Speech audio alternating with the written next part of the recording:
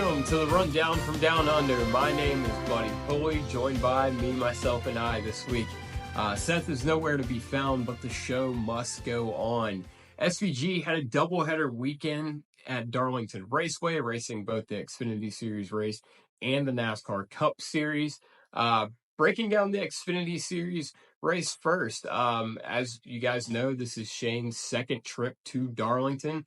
This is only the second track that he's visited twice. Daytona being the first, which Daytona's its own animal. I think you heard it. You heard him say it best. He after the crash last week at Daytona, that's kind of just what you do there. This is really the first test to see how far Shane's progress has come. He had a strong top 15 finish, I believe, in the first Darlington race in the Xfinity Series in May. This week, he improved that by significantly, finishing 7th, having a great run. He was just a couple spots behind his college racing teammate most of the day, AJ Allmendinger. AJ Allmendinger obviously ended up in a crash. We'll get into that a little bit later.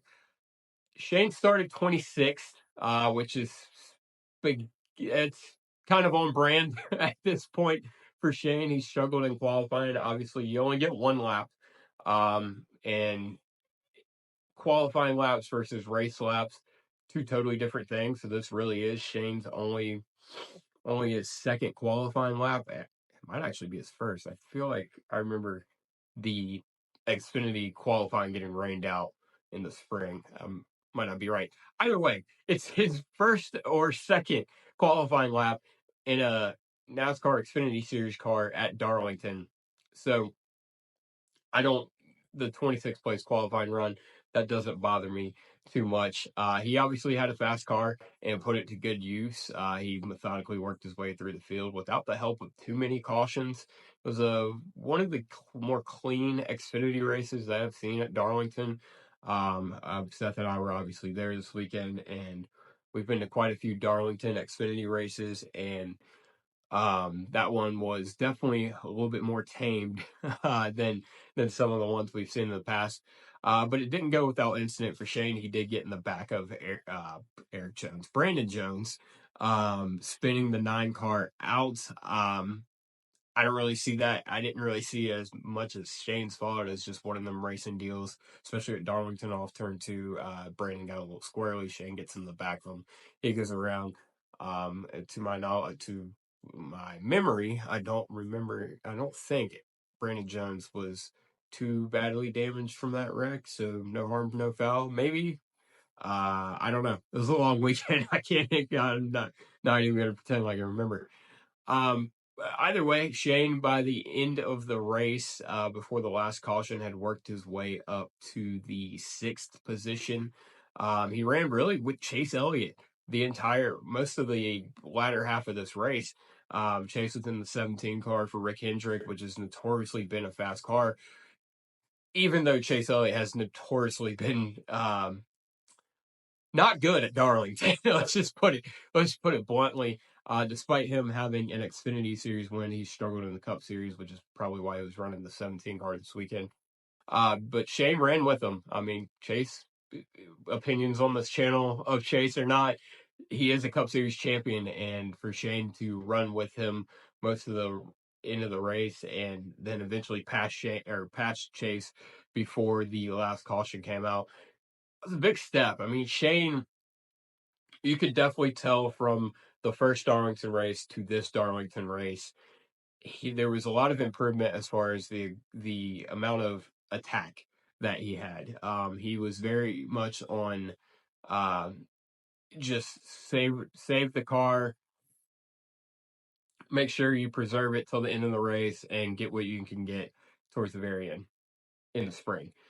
This week, he definitely, like I said, started 26, so he had to move forward, had to make ground and make it in a pretty efficient way because of the way the cautions fell. And he did exactly that. And he was able to attack better than obviously he was in the spring. And I mean, obviously that should be the case. It's his second time there. But either way, it was a strong showing for Shane. I was really proud. Darlington's one of the toughest tracks in NASCAR. I compared the Chicago street race in our bandwagoners guide to the Darlington of road courses. They're both extremely challenging racetracks. So it does make sense to me that Shane would have a little bit more success at a track like Darlington because it is a driver's racetrack. And despite Kaulig has been hit or miss this year, but despite that, Shane was able to wheel the car to a good finish. And Kaulig did have a pretty decent run. AJ, before he blew the tire, was running a couple of spots ahead of Shane. So yeah, he ends up after lackluster pit stop. He comes out, I believe, in the 8th position, and then ends up finishing 7th. So strong top 10 finish for Shane. That's what he needs, and I think this should be pretty indicative of his oval performance on these tracks that he's going to a second time. So that pretty much wraps up the Xfinity race. I do want to point out we did get Seth and I both got 88 shirts at the racetrack, so we are ready for 2025 for Shane Van Gisbergen. But when we come back, we'll break down Shane's first run at one of the most grueling races in the NASCAR Cup Series in a crown jewel event, the Southern 500.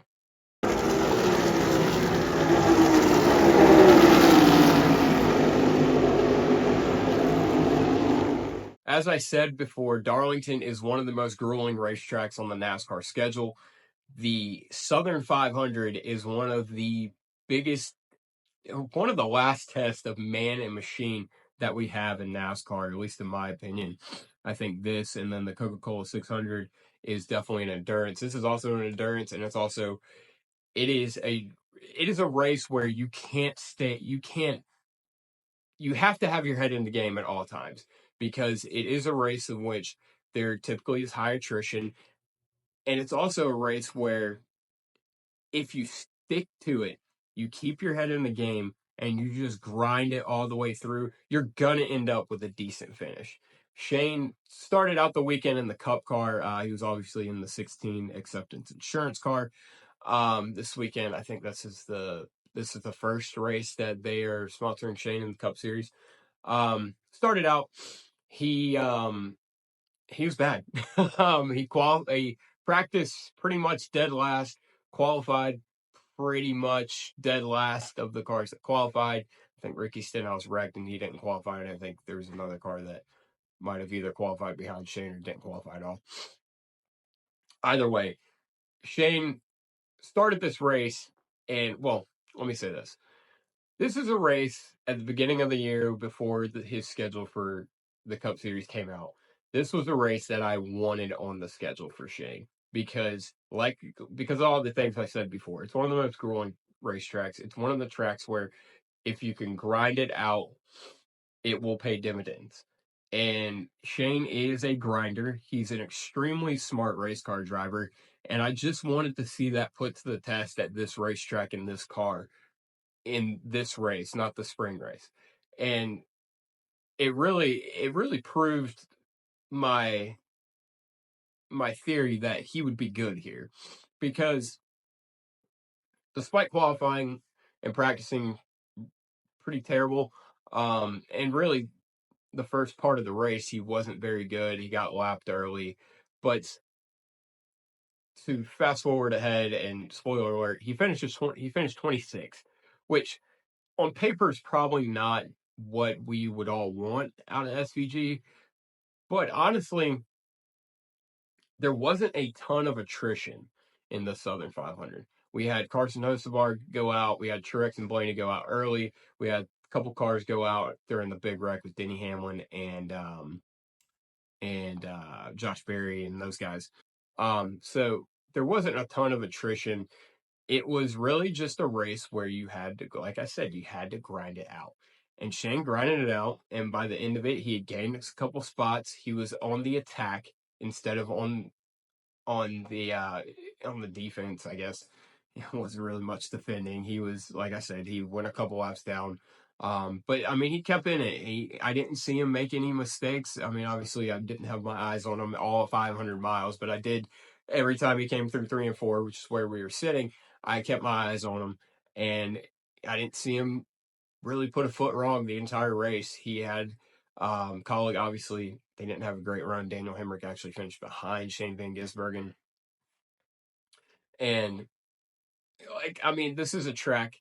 It's so easy to get in the fence. It's one of the few tracks on the circuit where you could really screw up running by yourself. There's not a ton of those racetracks left in the NASCAR Cup Series, especially with this. Well, there are, but not necessarily with this car. Shane has said before this car suits more of his driving style, which probably played into his hands. With Darlington, like I said, still a treacherous racetrack. Turn 2, there's a big bump there that easily, if you hit it the wrong way, and if you don't know what line to take, it'll bite you. Turn 3 and 4, it's easy to get in the wall. It's a finicky corner. It's very, obviously Darlington's an egg-shaped racetrack. Turns 1 and 2 is a lot wider. And back when they first repaved it, you could go wide open through there. Turns 3 and 4, back to what I was saying, is the radius is much smaller and the margin for error is also smaller. And to be fast, you really had to be running right up against the fence. Just because of this car, the little bit of lack of horsepower, the tire didn't wear as much as I probably wanted it to. You guys can listen to more of what we had to say about the overall race in the podcast that came out earlier, I guess, today for you guys. I don't know. By the way, like I said, the wall was the place you needed to be in 3 and 4. And Shane migrated up there as the night went on, and you could tell once he got more comfortable with running the wall, that's when he started making passes and started gaining ground.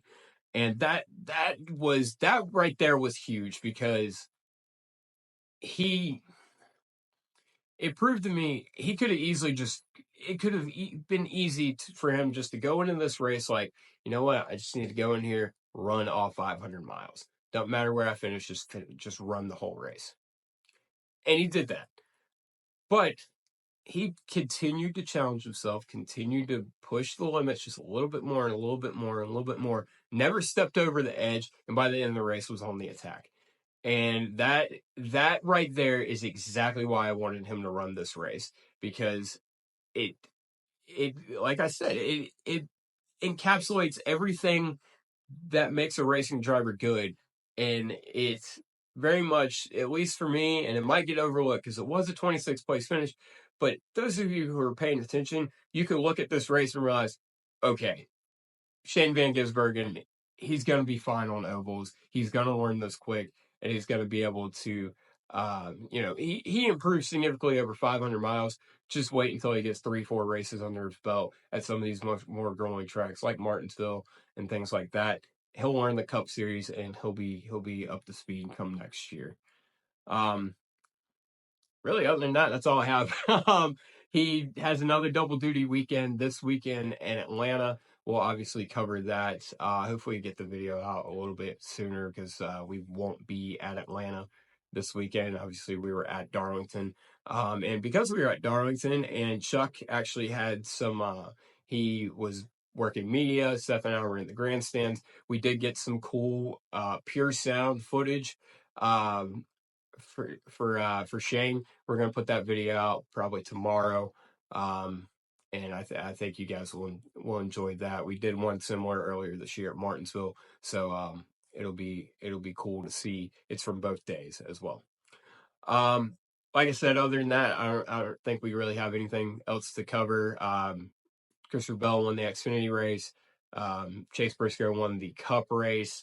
As far as the two races go, I thought they were pretty, for a track that's deemed too tough to tame, they're both pretty tamed races by Darlington standards, at least. You could make an argument for the Cup race. There was a little shenanigans at the end. But overall, I mean, I think Shane had a very productive weekend at Darlington, and that's all he really needed. And I'm proud of the performance he put in. Like I said, we'll see you next week after Atlanta. And like I said, look out for pure sound for Shane Van Gisbergen later on in the week. Like I said, probably tomorrow. But Thank you guys so much for watching. Please, please, please subscribe. We're trying to get to 1,000 subscribers. And once we get there, we got a lot of cool things planned, and we can do a lot more cool things for you guys. Stay tuned throughout the rest of the season. We'll have a rundown from Down Under every week from now until the end of the season. And also, you guys have been asking for it. We will be putting up a NASCAR Cup Series playoffs bandwagoners guide. We'll go in depth with who's in the playoffs and also how the NASCAR Cup Series playoffs work. And we will do an Xfinity one once the Xfinity playoffs roll around. Other than that, that's all we got. I hope you guys enjoyed, and we'll see you for the next episode of the Rundown from Down Under after Atlanta.